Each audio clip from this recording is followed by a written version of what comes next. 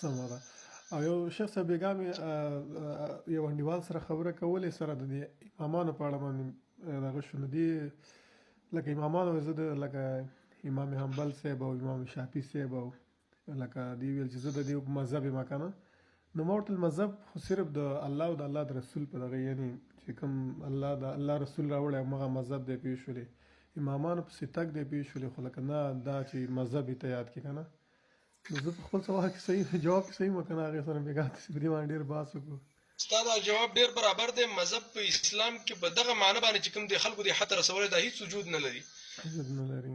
د عمر د شان دي خبره به اخلي په کومه خبره کې چې هغه خوېدلي نو هغه به پرېږدو سره د ادب او احترامه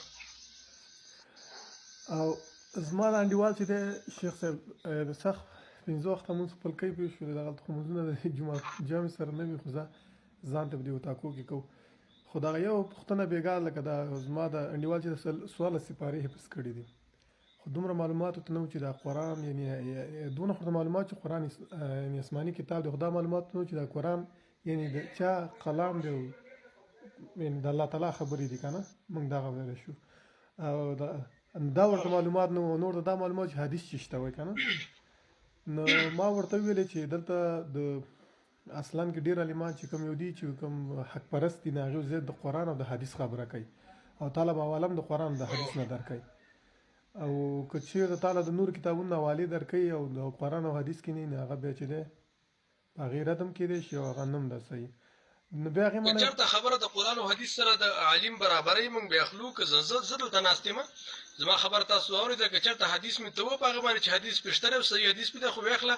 که زه وایم چې نه زما د مولوي صاحب مذهب دا دی زه په جومات کې په یو سړي پسې مونځ کوم او هغه راته داسې وایي او داسې نه چې حدیث یې ده د دې سړي ګواهي هم به په شریعت کې چا نه قبلوله مننه یو جانه سوالونه خو ډېر دي خو دا یو سوال به ونه وکړم بېګا بیا ما هغې ما نه دا یو سوال وکړو زه خو چېرته دونه یعنې مونږ پوهه نه لرو سره پوهه نه لرو چې دونه وایي چې یو صفر کې هغې سوال وکړو چې الله تعالی یعنې ما ورته ویل چې د نړۍ کې د ټریلیون یعنې کلونه وروسته لاړه شي هم صرف یو الله پاتې کېږي په چې څونه ته تصور کولی شي یعنې یو الله پاتې کېږي نو هغې د دا سوال معنا وکړو یعنې هغې اول د هغه غوښته چې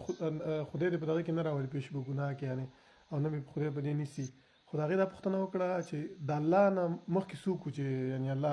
ما ورته ویلې ګوره کل هو الله صورت او هغه مې ورکړه چې الله تعالی چې دی نه چا نه ساحل وروره دې باره کې موږ شروع کې درسونه کړي کله چې موږ دلته درسونه شروع کول اول موږ د ځمکې اسمانو به د الله سبحانه وتعالی په باره کې کوم درسونه کې یو سړی مؤمن مسلمان د غیب ایمان دې ته ویل کېږي چې سړی په ایمان لري خو رسول الله دې امت ته ویلي وایي ځینې وخت کې یو شیطان راشي تاسو ته دا خبره وکړي چې هلکه ته چا پیدا کړی وایي دا ورته وایي چې الله پیدا کړی وایي پلار دې چا پیدا کړی وایي الله وایي نیکه دې چا وایي الله اخره کې ورته دا شیطان وایي چې دا الله چا پیدا کړی دی نو رسول الله په دغه وخت کې چپ شه او په شیطان نه پناه وغواړه سمه ده مولوي صاحب دا وټساپ شمېره که د خیر انبوکس کې مونږ ته راولی کړه سلام ستا د آی ډي ما ځان سره فالو کړله ته ما ته میسج وکړه انشاءالله زه ته شمېره درلیږم ښه دغه باهر او رنګ دغه ضروري چې مولوي صاحب د حدیث او د سنت ترمنځ تفاوته او فرقه نو داسې به و چې د حدیث هم یو عام خبرو ته ویلی کېږي حدیث لکه په عربۍ کې خبرو ته یو حدیث د الله د رسول چې کوم اصطلاحي معنی دغه د الله د رسول خبرو ته ویلی کېږي او سنت هم دغه دوه اقسام لري یو عامه طریقه سنت په معنی طریقې سره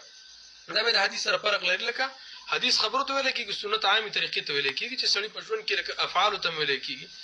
او یو سنت د رسول الله علیه صلات وسلام دی څومره دوستان مؤمنان چې ناست دي په الله سبحانه وتعالی باندې سپارم او دعاګانو کې میاد ساتئ هر ماسخوتن د افغانستان په وخت په 9:30 بجې د پاکستان په 10 بجې باندې انشاءالله هم دغه لایو موږ راځو د ملګري دوستان ناست دي خبره به د قرآن او حدیث نه او په دعاګانو کې میاد ساتئ سبب انشاءالله په همدې وخت راځو السلام علیکم ورحمۃ اللہ وبرکاتہ وعلیکم السلام ورحمۃ اللہ وبرکاتہ. راتلونکي شپې پورې د الله تعالی حفاظت